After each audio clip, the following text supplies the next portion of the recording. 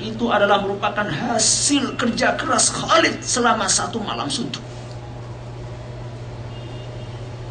Begitulah ulama kita mencontohkan berbakti kepada orang tua. Siapa di antara kita yang sudah berbakti sedemikian rupa kepada orang tua kita? Semakin lama, semakin besar, kita justru semakin kurang ajar kepada orang tua kita.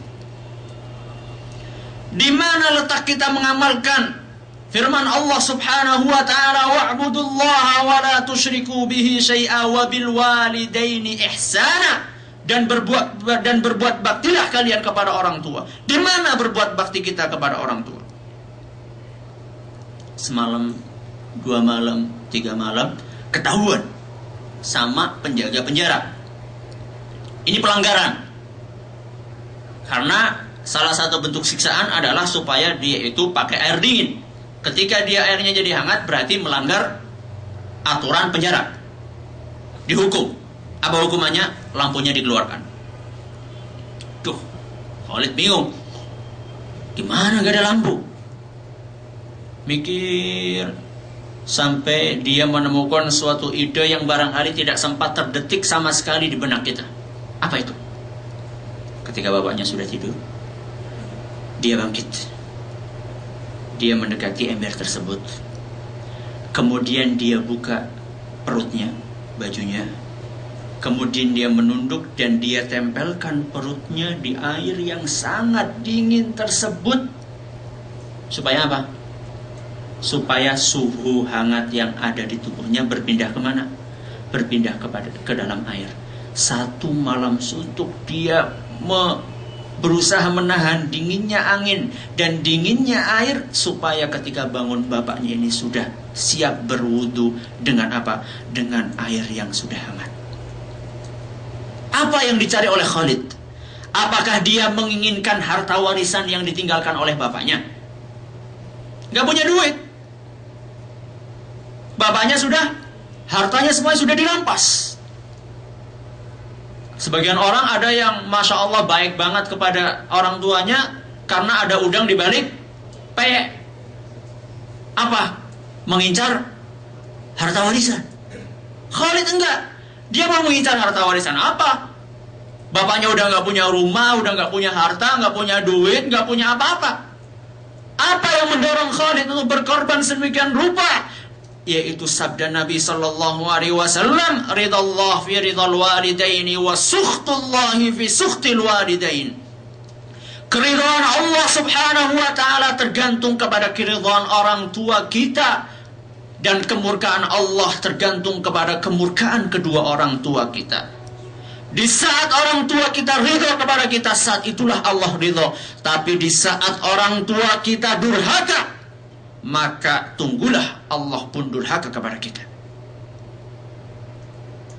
Perintah Rasul sallallahu alaihi wasallam. Yang kedua adalah menjauhi larangan Rasulullah sallallahu alaihi wasallam. Larangan Rasul sallallahu alaihi wasallam banyak. Dan yang paling besar adalah apa yang disebutkan oleh apa? Oleh ayat tadi, yaitu wala tusyriku bihi syai'an. Dan janganlah kalian berbuat syirik. Mungkin ada orang yang mengatakan, ini pengajian, kalau pengajian di Islamic Center nih ngomongnya syirik melulu, apa enggak bosan ngomong masalah syirik? Kita enggak akan bosan ya akhi. Kita akan terus ngomong masalah syirik. Kenapa? Karena dosa yang sedemikian besar dari perbuatan syirik tersebut. Di antaranya adalah firman Allah Subhanahu wa taala, "Walaqad uhiya ilaika wa ilal ladzina min qablik la in asyrakta la yahbatanna 'amaluk." Dan telah diwahyukan kepada engkau wahai Muhammad dan kepada para nabi-nabi sebelum kalian, la in asyrakta la yahbatanna 'amaluk, seandainya kalian berbuat syirik maka seluruh amalanmu akan hancur lebur, tidak ada sisanya. Bayangkan, orang sudah haji, bukan H lagi, udah H pangkat 7. Haji 7 kali. Sholat udah dari kecil. Zakat paling rajin. dia melakukan perbuatan syirik, seluruh amalannya akan dijadikan debu oleh Allah Subhanahu wa taala. Wa qadimna ila ma 'amilu min 'amalin faj'alnahu haba'an manthura, kata Allah Subhanahu wa taala. Dan kami datangkan amalan-amalan mereka, kemudian kami jadikan debu yang berterbangan, alias tidak ada gunanya. Makanya kita nggak bosan untuk bicara masalah syirik. Sedemikian besar dosa tersebut. Ini yang pertama. Yang kedua, sedemikian besar dosa tersebut, masih banyak di antara kaum muslimin yang terjerumus kepada perbuatan syirik. Masa iya? Ini juga besok akan kita bahas lebih luas. Contohnya satu aja malam ini, sisanya besok.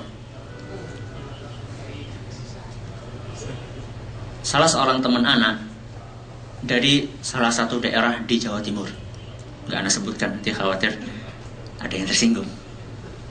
Dia cerita, suatu hari anak sama bibi anak berkunjung ke suatu kota di Jawa Timur, pengen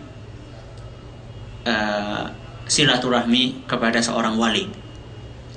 Wali masih hidup. Akhirnya setelah sampai di sana, kami pun dipisah. Perempuan sendiri, laki-laki sendiri. Ruangnya sendiri-sendiri. Setelah selesai kunjungan, teman anak ini tanya sama bibinya, "Bi, tadi gimana walinya?" "Oh ya, tadi ceritanya gini.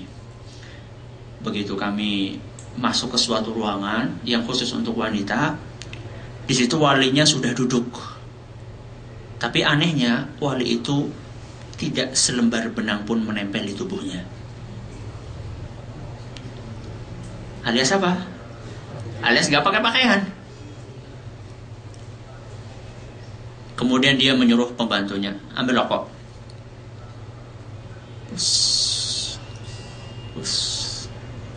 Baru 2 isapan rokok itu dibuang. Pluk.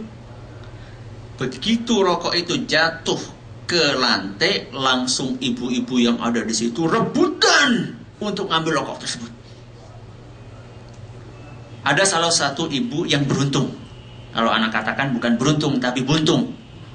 Dia dapat rokok itu. Begitu dapat rokok itu, dia langsung suruh anaknya yang masih ingusan suruh ngerokok. Ketika ditanya apa? Supaya dapat berkahnya Mbah Wali dan supaya dia pintar.